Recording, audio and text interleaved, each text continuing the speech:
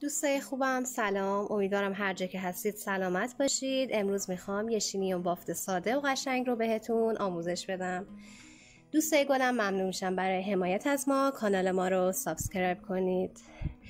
بریم سراغ شینیون بافتمون. برای این شینیون بافت ابتدا باید از کنارای سر یه دستمون جدا کنیم.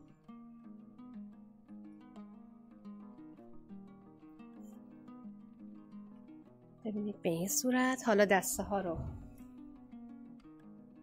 شونه میکنیم، کنار هم دیگه قرار میدیم و با چلگیز میبندیم.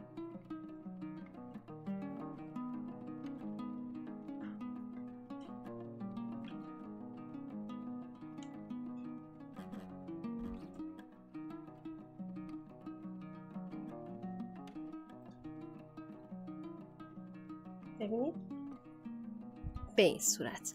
حالا انتهای دسته رو از بین دو دسته رد میکنیم.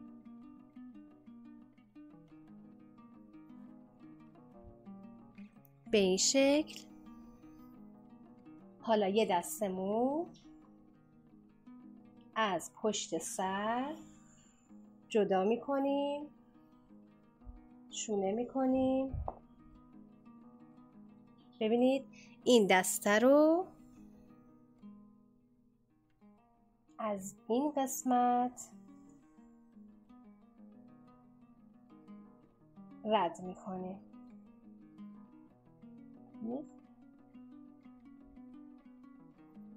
به این صورت. حالا باقی مونده موها رو شونه میکنیم.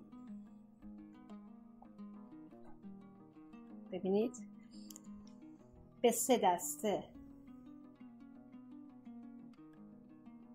تقسیم میکنیم.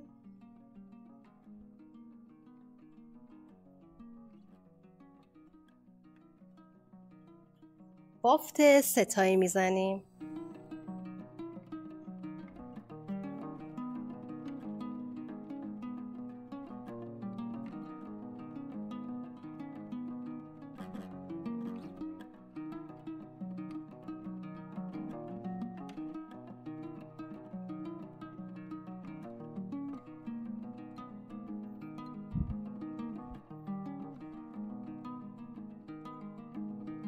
به این شکل.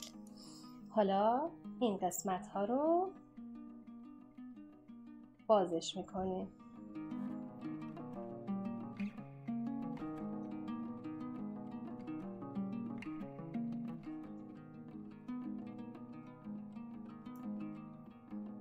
ببینید به این صورت.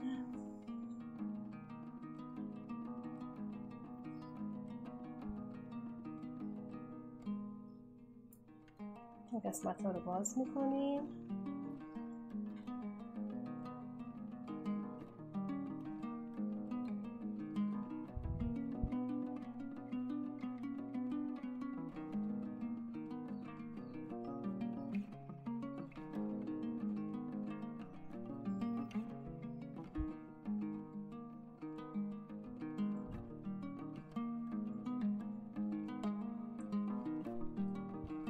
انتهای بافت رو با چلگیز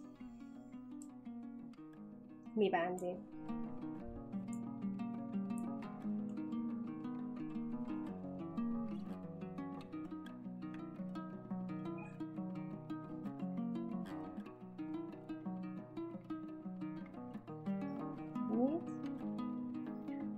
به این صورت. حالا ببینید بافتمون رو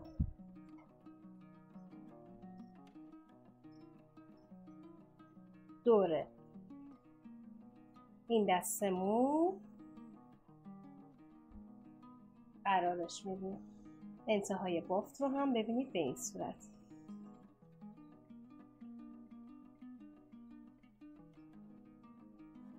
به این شکل. حالا با یه سنجاق بافت رو فیکس میکنیم به موها.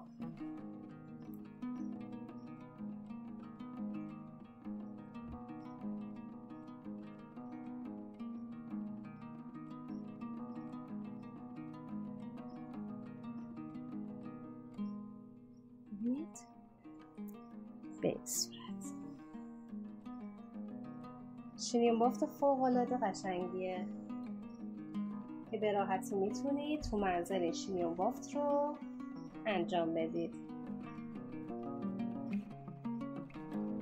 ببینید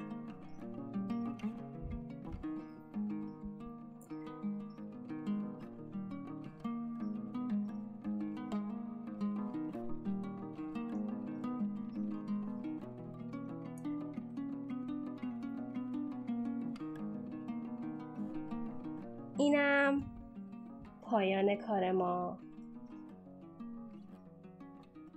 امیدوارم که از این